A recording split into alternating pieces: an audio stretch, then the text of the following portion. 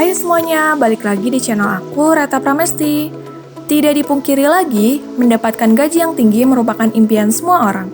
Namun, untuk mendapatkan gaji yang tinggi tentu saja memiliki resiko dan tanggung jawab yang tinggi juga. Proses untuk mendapatkannya pun tidaklah mudah. Ada yang harus bekerja bertahun-tahun, ada juga yang harus menempuh pendidikan yang sulit, dan lain sebagainya. Pada intinya, apa yang kita dapatkan pasti sebanding dengan usaha yang kita lakukan. Maka dari itu, di video kali ini aku bakal ngebahas tentang 10 pekerjaan dengan gaji tertinggi di Indonesia. Sebelum lanjut ke pembahasan utamanya, jangan lupa untuk like, komen, dan subscribe biar kamu gak ketinggalan info-info menarik dan bermanfaat lainnya dari channel ini ya. Nah, so enjoy the video and let's get started! Yang pertama adalah dokter bedah. Dokter bedah sendiri merupakan dokter spesialis di mana tugasnya mengobati cedera maupun kondisi gawat darurat pada tubuh pasien ya, dengan metode bedah dan obat-obatan. Di dalam praktiknya, dokter bedah ini tak jarang menerima rujukan dari dokter umum terkait kondisi pasien yang membutuhkan tindak penanganan bedah. Berbicara mengenai gaji atau penghasilan dokter spesialis bedah di Indonesia cukup beragam loh, mulai dari 25 juta sampai 80 jutaan per bulannya. Itu pun belum termasuk dengan tunjangan atau uang insentif lainnya. Selain itu, baik itu rumah sakit swasta dan negeri akan memberlakukan perbedaan gaji setiap bulannya. Jadi, gaji tersebut bisa saja bertambah atau berkurang. Yang kedua, pilot. Pilot bertugas mengoperasikan pesawat dengan aman dalam hal keamanan dan keselamatan penerbangan. Pilot adalah sosok yang paling penting dan bertanggung jawab penuh. Rata-rata, pendapatan pilot di Indonesia mencapai 40 juta sampai 50 juta per bulannya. Nah, untuk pilot junior yang baru mengantongi commercial pilot license, pendapatannya sekitar 30 juta per bulan. Sering dengan bertambahnya jam terbang dan juga pengalaman, pendapatan pilot juga akan semakin meningkat. Yang ketiga, C-suite.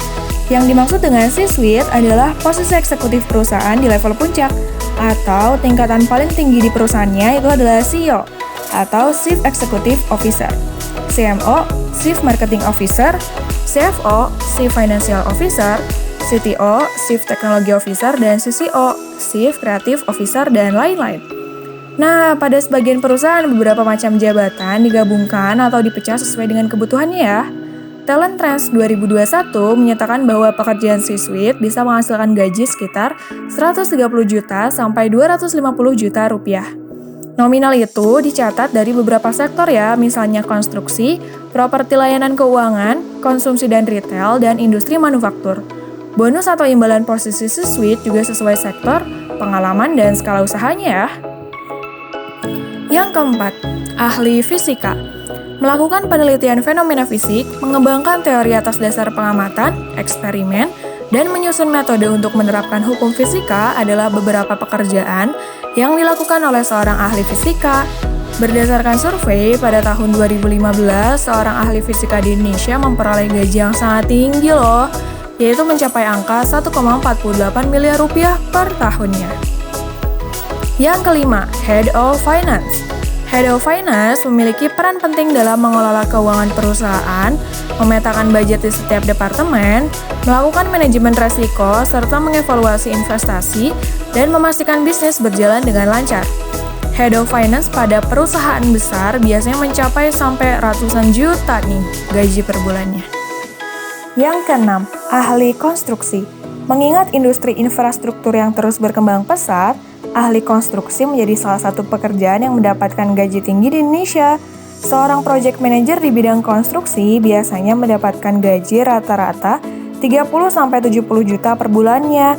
Berdasarkan surat edaran Menteri Pekerjaan Umum Indonesia di bulan Maret 2013, ahli konstruksi dengan pendidikan S1 atau fresh graduate bisa mendapatkan gaji sebesar 20 juta rupiah loh.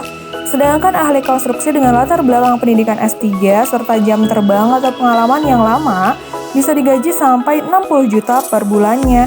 Wah, besar banget ya. Yang ketujuh, Human Resource Manager atau manajer HRD. Berdasarkan data survei tahun 2017, penghasilan seorang manajer HRD bisa mencapai angka di atas 30 juta rupiah. Sebagai contoh, di perusahaan Kalbe Farma, gaji manajer HRD bisa mencapai angka 32,5 juta per bulannya loh. Sementara di PT Indofood, manajer HRD-nya memiliki penghasilan 55 juta per bulannya. Yang kedelapan, ahli pertambangan. Ahli pertambangan mempunyai angka gaji yang cukup besar dibandingkan dengan rata-rata UMP atau upah minimum provinsi Indonesia. Hal itu tak luput dari resiko pekerjaan dan kesulitan yang dihadapinya.